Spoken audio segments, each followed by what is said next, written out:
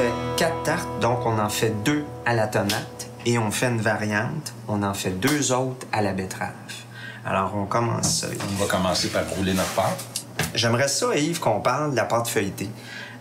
Moi, là, écoute, je suis comme toi. Maintenant. Tu la fais pas, ta pâte feuilletée. Je la fais pas. On est pas mal. On est un peu paresseux, là.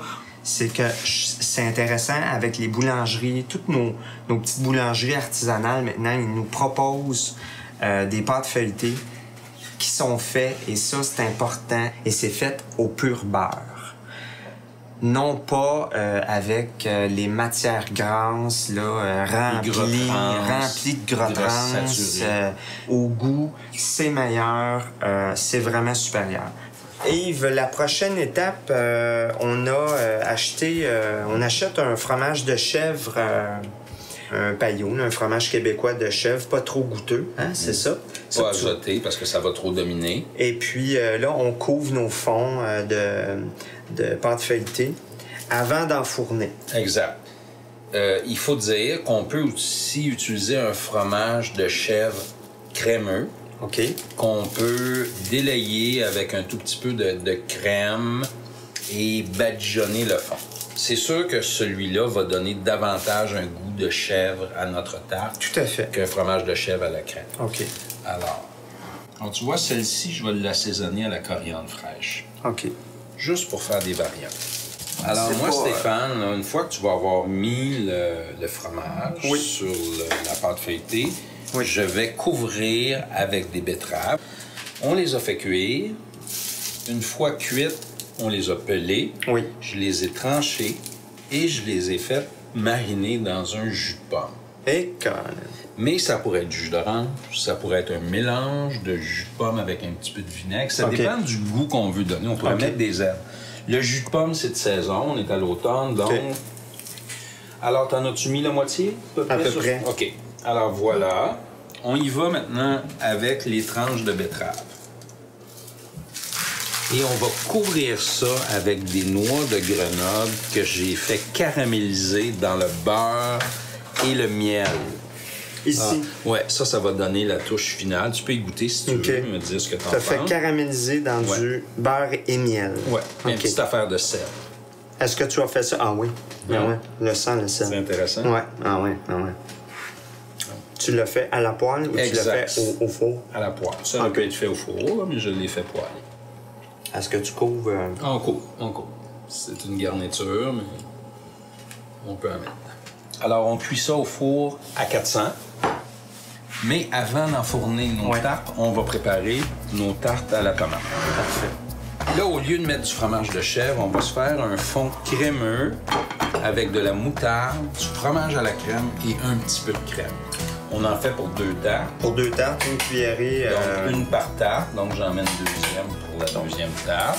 Parfait. Donc, quantité par tarte, une cuillerée. Fromage à la crème. On peut augmenter la dose un peu, donc on va aller à une cuillerée à table bien comble. Bien comble, si c'est pas 2, là. C'est ça. De fromage. Mais encore une fois, là, je veux dire, la quantité de fromage que tu mets importe peu. C'est une question de goût. Et pour t'aider à fouetter tout ça, une petite affaire de crème. OK. C'était pour... On va mettre du yogourt si on voulait. Ça va faciliter ton travail. OK. Donc, Yves, on... Bien homogénéiser le tout. À la fourchette. Ça va très bien à la fourchette. Puis ensuite, on va répartir ça dans nos 2 fonds de tarte. Alors, on va badigeonner nos fonds avec ce mélange. OK. La moutarde avec la tomate, là, ça se marie très bien. Ah, c'est surprenant, hein? J'aurais pas pensé, moi. Avec le dos de la cuillère.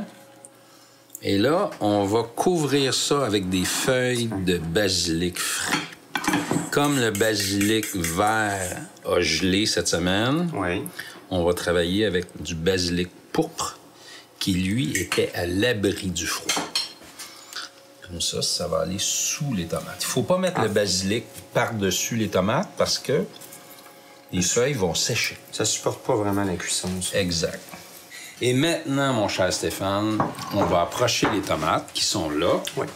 Et là, on va couvrir le basilic avec, ici, la tomate Savignac, qui est un peu aqueuse. Comme tu peux voir, il y a beaucoup de jus dedans.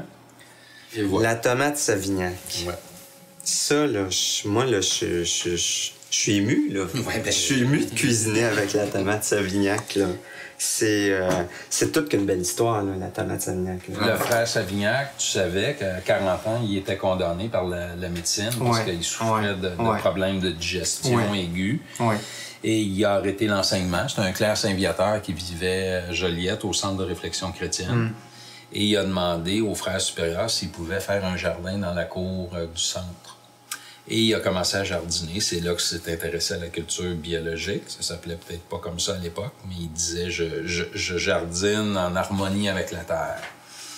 Et à un moment donné, il a rencontré un monsieur Dufresne de Saint-Félix-de-Valois qui cultivait une tomate très succulente. Le frère Savignac l'a adoptée. Ouais. Et il la trouvait tellement bonne qu'il a abandonné tous les autres cultivars de tomates pour ne faire que de la Dufresne. Il faisait 200 plants par année parce qu'il nourrissait la communauté. Ouais. Et sur ces 200 plants-là, il faisait une sélection. Il prenait les plus beaux fruits sur les plus beaux plants. Ouais. Il faisait mûrir. Il allait chercher les semences dans ces fruits-là. Et il repartait l'année suivante. Alors, pendant des années, il a fait une sélection. Il a amélioré la lignée. Ouais. Quand je l'ai rencontré et qu'il m'a donné de ces tomates-là, le problème que j'ai eu, c'est que moi, je suis dans les Laurentides et lui est dans la plaine. Donc... T'as fait comme un peu le frère Savignac. T'as travaillé. Exact. Elle mûrissait pas assez vite ici. T'as choisi. Alors, j'ai choisi les premiers fruits à mûrir sur les plants les plus précoces. Et tranquillement, j'ai fait en sorte que cette tomate-là est devenue non pas hâtive, mais une mi-saison. Une mi-saison. Et maintenant, avec les changements climatiques qui prolongent la saison un tout petit peu, ben j'arrive à faire des récoltes très abondantes avec un cultivar qui est exceptionnel au goût. Tout à fait exceptionnel. Je goûte le fruit de votre travail aux frères. Puis moi, je vais mettre la tomate jaune cette fois-ci. La jubilée jaune pour la prochaine tarte. Ça goûte quelque chose. N'est-ce pas? C'est goûteux, là, c'est... Eh mon Dieu, que c'est bon. Que c'est bon. Alors, on va garnir celle-ci avec des olives. Elles sont dénoyautées ou pas? Elles ne le sont pas. OK. Tu dénoyautes pas tes olives? Ben, disons que... On pourrait le faire. On pourrait le faire. Mais quand ça sort du four, qu'elle est chaude, tu mets ça dans la bouche. C'est intéressant. Oui, moi, je n'haïs pas ça. Oui. Et ici, on va mettre des noix de pain. OK. Qu'on n'a pas besoin des fois de... Moi, des fois, je la torréfie un petit peu à la poêle, mais étant donné qu'elle va au four... Exactement. On n'aura pas besoin de la torréfier. Un petit peu de poivre. Écoute, c'est vraiment pas compliqué, là. Hein? Et tu vas voir quand ça va sortir vraiment, du four, mon cher. Pas compliqué du tout. Le four est à 400. On est prêt à enfourner. On enfourne, on enfourne. Les noix sont bien grillées. Tarte à la tomate avec garniture d'olive. Okay. Et voici la tomate jaune qui est vraiment ma préférée.